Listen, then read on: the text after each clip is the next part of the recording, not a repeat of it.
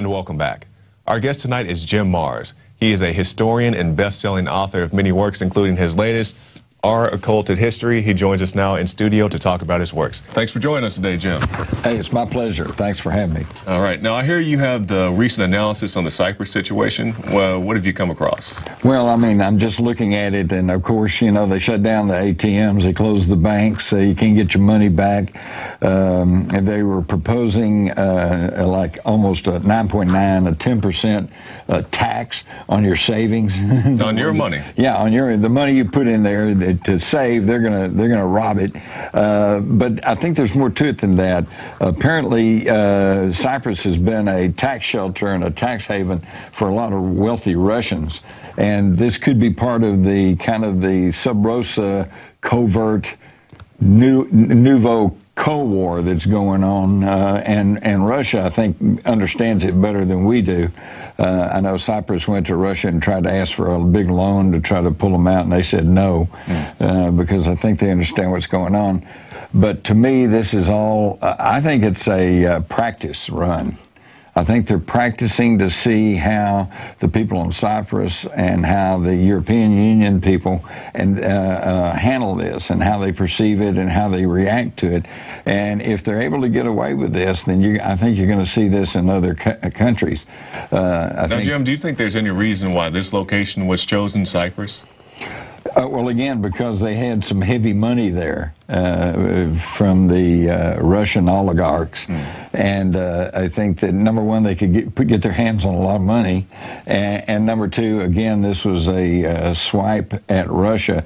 Russia's always been a target for the international bankers because both under the czars and under the communists, they would not play ball and would not create a central bank and would not have, you know, we have a central bank now. It's called the Federal Reserve System. Exactly. I'm glad you mentioned that. It's not federal. It's neither federal nor does it have any reserves.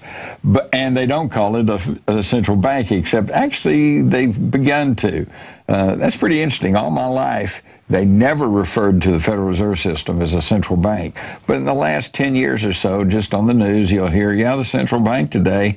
So we got one, even though that was the biggest point of contention of our founding fathers, was whether or not to have a central bank. And most of them, including Jefferson, said no, because look what they've done in Europe. Exactly. Whoever controls the money, controls the government, controls the country. And this is the whole name of the game. And, of course, people hear that all the time. Alex and others are always talking about, well, the Occupy movement, you know, they're talking about the 1%. And number one, this is now fully documented. This is not a conspiracy theory. In 2011, the Swiss Institute of Financial whatever Control did a study, and they found out of 43,000 international corporations, they're all controlled by 1,000. And out of that 1,000, they are controlled by 147 companies, which in turn, because of cross directorships and ownerships, are controlled by 20. And most of those are banks, okay? And collectively, these people within these 20 companies control the 43,000 corporations and 60% of the world's wealth. That is incredible control, and it is incredible tight central control. And this is what they're after. How do they do that? Well, I would mention the Exchange Stabilization Fund. How many people have heard of that? Nobody. And the Financial Stability Board. You ever heard of that? I heard you talk about that last night. Okay. All right. The Exchange Stabilization Fund was created back during the New Deal in the 30s, and it's a little-known office of the Secretary of the Treasury, and it handles the transfer of gold and wealth between all of the industrial nations. And interestingly enough, even at the time it was created, some of the complaints in Congress was that it would operate outside of U.S. law and outside the Constitution. And they also, this is where all the black budgets are hidden. The CIA, the NSA, when they have all this money, And, well, for instance, the CIA, we all know that they have front companies, airlines, restaurant strings, who knows. And some of those companies are not just totally bogus. They're actually companies, and they actually produce goods and services. Legitimate business. Legitimate businesses. In some ways. And they get tons of money. Where does that money go? Goes into the Exchange Stabilization Fund, and the Exchange Stabilization Fund also was the founder of the International Monetary Fund and the World Bank, which we also have always heard how they go into these countries and say, now you're going to do this or we won't give you any money. This is the control mechanisms within the control of the entire planet. And this is what Alex is always talking about. And this is the point of contact. This is where the rubber hits the road, where they can actually do this. And if you go and look inside, you find Hank Paulson, you find Timothy Geithner, you find all of the people that end up in the headlines running our economy. So it's not just us. This is a worldwide system, and it's been planned for a long time, and they are operating their plan, and the idea is to get the whole world socialized. I'm glad you say it's a worldwide system, because people don't see these things in Europe, they'll see it in Cyprus, wherever else it is, and they'll say, well, that's an isolated incident, that's that country, that'll never happen here. So when you hear this argument, it can never happen here, what would you say to somebody? Because they see the bank runs, they see the bank holidays. Right. You know, they can't withdraw their funds. So what would you say to somebody here in the States? Well, I'd say, number one, not only can it happen, in fact, it could happen tomorrow, but it has happened. It happened during the Great Depression. Actually, I remember just a few years ago, maybe 5 or 6 years ago, there was a bank in Seattle, up in the Northwest, was having problems, and they just closed the door. And people down there saying, hey, I want my money back. And they're going, well, not right now, you know. And it took them months, you know, for the federal receivers to take over and to finally settle out. And, you know, but that's one bank having one problem. Well, they're all in trouble now, and they're all having trouble. And in Cyprus, for example, once they heard that they were going to try to tax these savings accounts, everybody rushed down and tried to close out their savings account. Exactly. They closed down the banks. Said, no, in fact, I don't think they're going to be open until next Thursday. Oh. Now, just think about what happens tomorrow if President Obama suddenly announces that we're going to have a bank holiday in the current crisis to try to straighten things out. And, you know, what's day? Friday.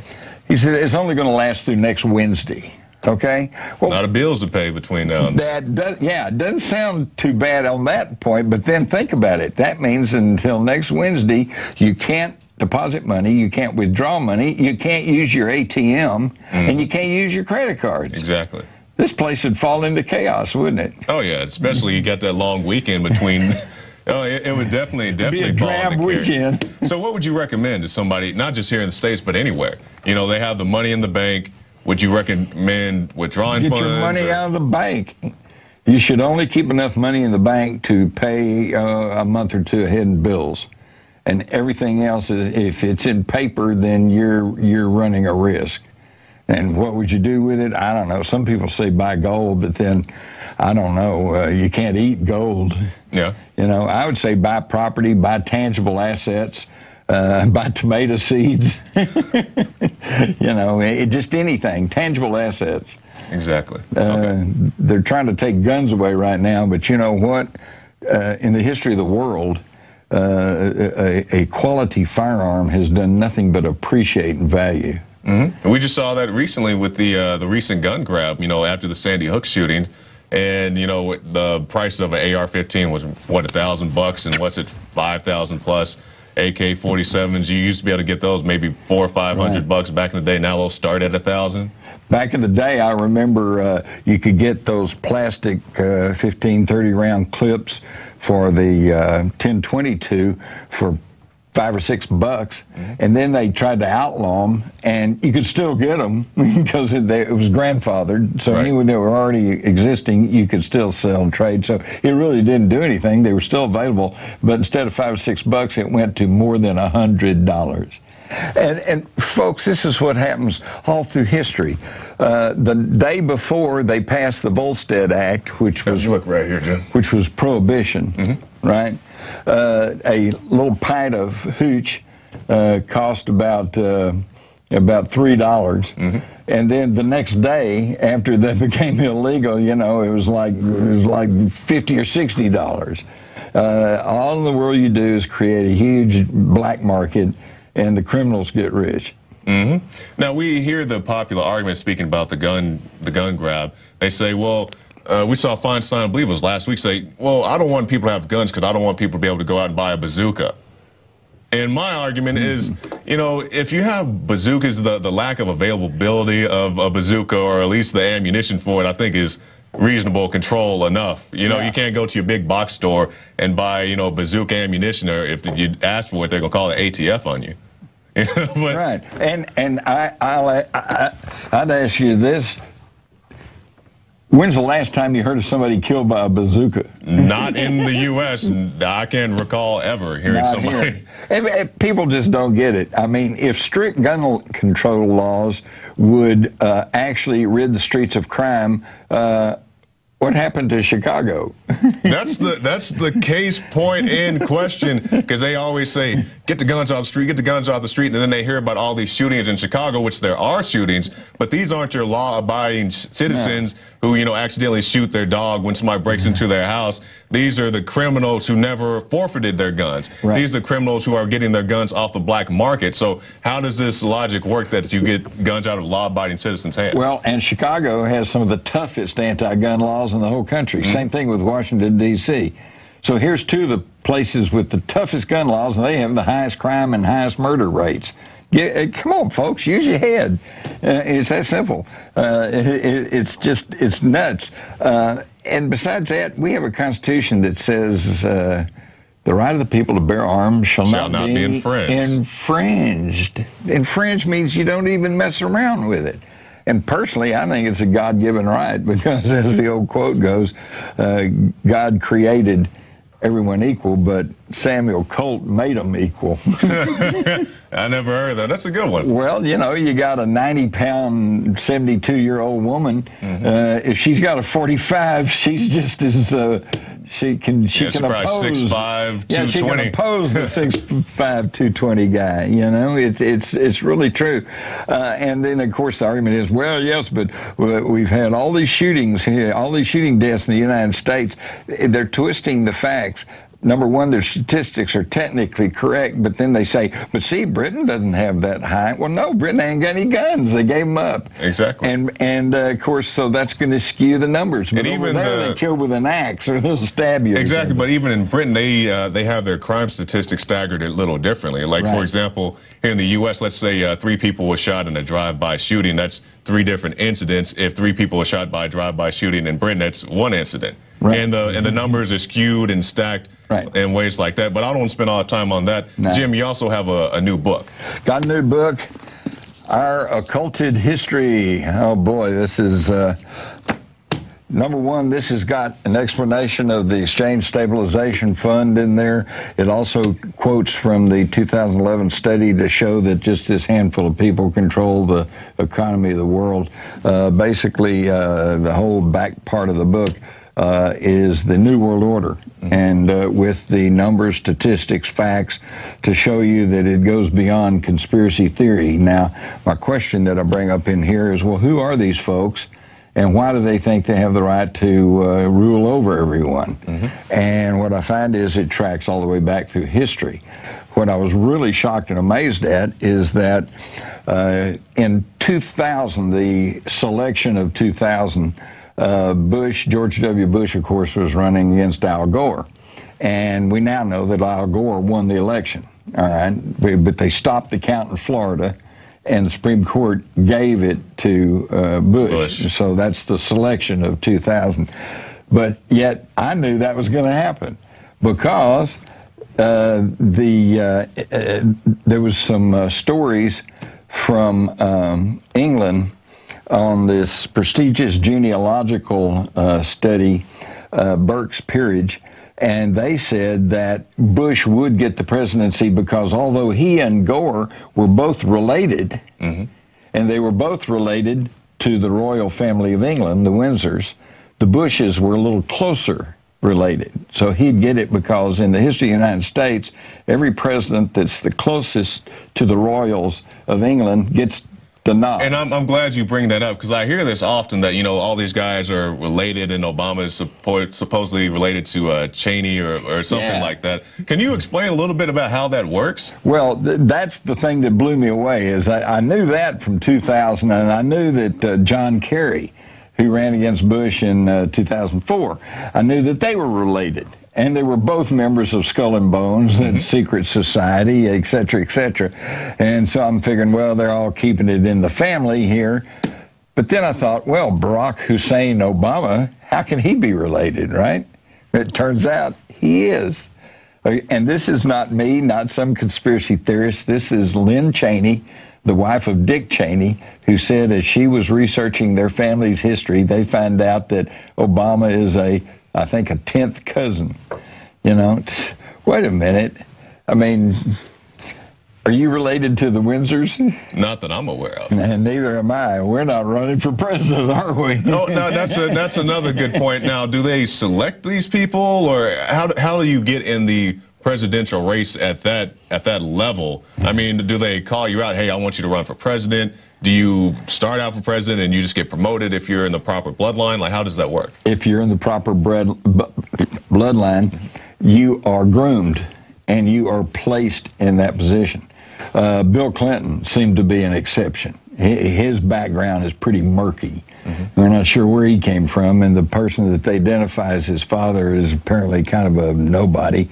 So it was kind of like, wow, how did that happen? But then in my travels in Arkansas, I hear the rumor, and it's just a rumor, that actually he was the illegitimate son of Winthrop Rockefeller, who was governor of Arkansas and has been closely associated with the Clinton family. In fact, it was Bill Clinton that drove Hale Boggs to the airport on his flight that never came back. Hale Boggs being a politician from Arkansas who sat on the Warren Commission and was one of the ones who was beginning to dissent and say, we think, he was thinking, I don't think we were told the truth, and I think maybe there was a conspiracy against John Kennedy.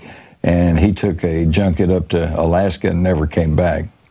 Bill Clinton drove him to the airport. So Bill Clinton has been groomed. He was a Rhodes Scholar, right? Where do they find some poor kid in Arkansas and send him over to England to be a Rhodes Scholar? That's a very so they're groomed. And Barack Obama, you know, he goes to Columbia and enrolls as a foreign exchange student.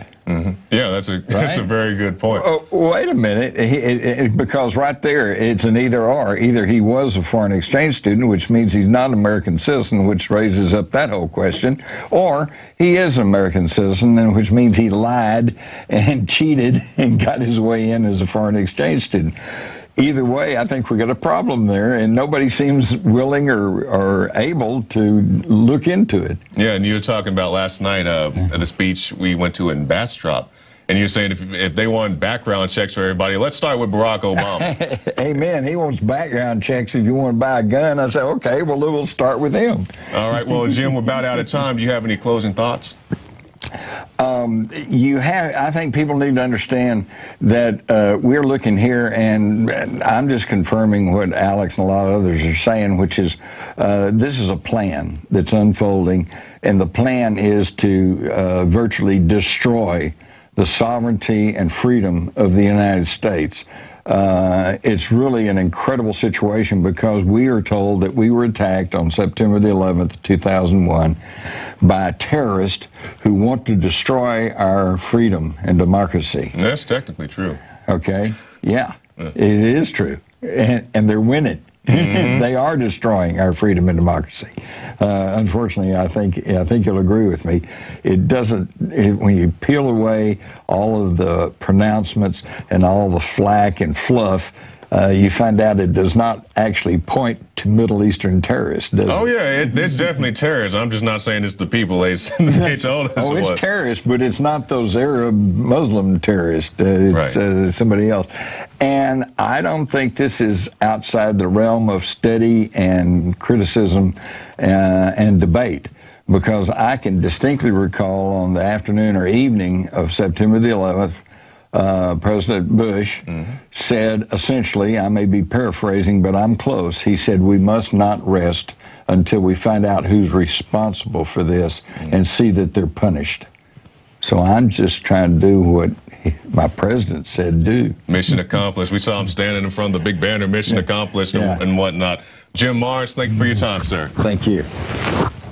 And that's it for our show. Definitely want to thank our guest, Mr. Jim Marrs, and all the great reporters who were in this edition. So if you want to support this broadcast, go to prisonplanet.tv. Get yourself a 15-day free trial. You can see it all right there. The nightly news, the Alex Jones radio show, the movies, the rants, it's all right there. So I'm Jakari Jackson, and thank you for watching, and we'll see you next time.